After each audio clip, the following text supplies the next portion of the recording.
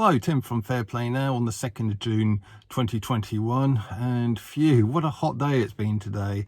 Well, hot for England anyway. And I've got to say, I'm glad I haven't got any work in lofts at the moment. That's a nightmare when it's hot. So about a week ago, I think it must have been, I did a couple of videos about refuseniks and how people not having the jab are the new refuseniks, or the new kind of people resisting totalitarianism, essentially. And that seems to have gone down quite well. I've had quite a lot of views on them, and I've been reading through the comments, and yeah, very heartening to see so many people thinking along the same lines as I am, having comments like, proud to be a refusenik, never knew there were so many people who thought like me, and things like this. So many really good comments which I've enjoyed reading through, and I've sort of put a like and a love next to pretty much all of them, I think. And like you, I've really up until recently thought I'm on my own, or me and my wife are on our own with a jab. And when you get people saying, people close to us saying, you're the only people I know who isn't having it, and when you get people we know who are like-minded but they're the only ones where they work not having it. And we've got this friend, or one of my wife's friends, is this lovely girl who works in a care home, of all places, and it's quite a big one, and there's quite a lot of staff there, good 20 or 30 staff plus, and it's only her and another person who apparently isn't having the big V.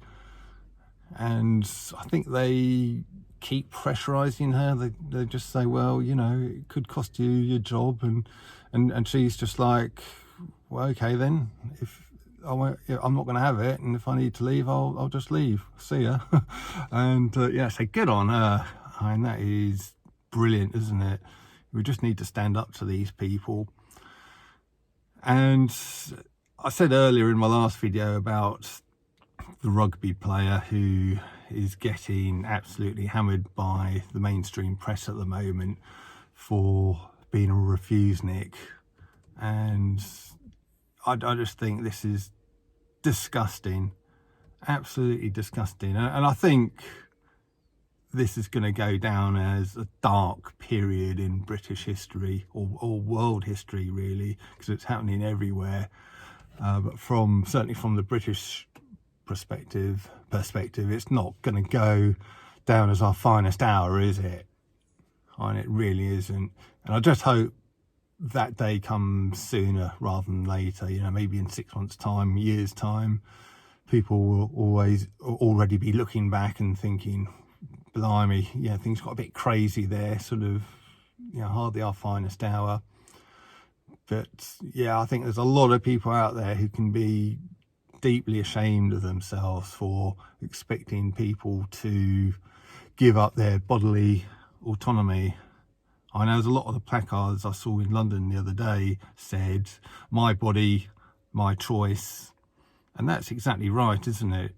It's up to us to choose whether we have an experimental medical treatment put into us or not, especially when it is starting to pan out that there is a lot of adverse effects arising from it, which is causing a lot of problems and even a lot of deaths.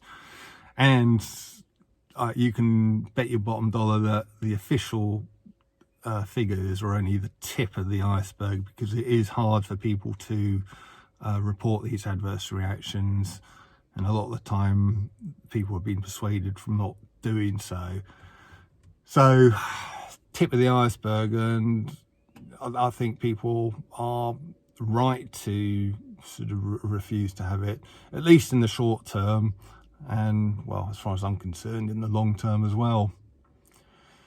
But I'm heartened to see that we're not alone, and I know a lot of people watching this are heartened by the fact that they're not alone either. You know, there is a lot of us, as London the other day proved, a vast number of us, and we just need to stick together and carry on being jab refuseniks. So I'll leave it there. Tim from Fair Play Now. Thanks for watching.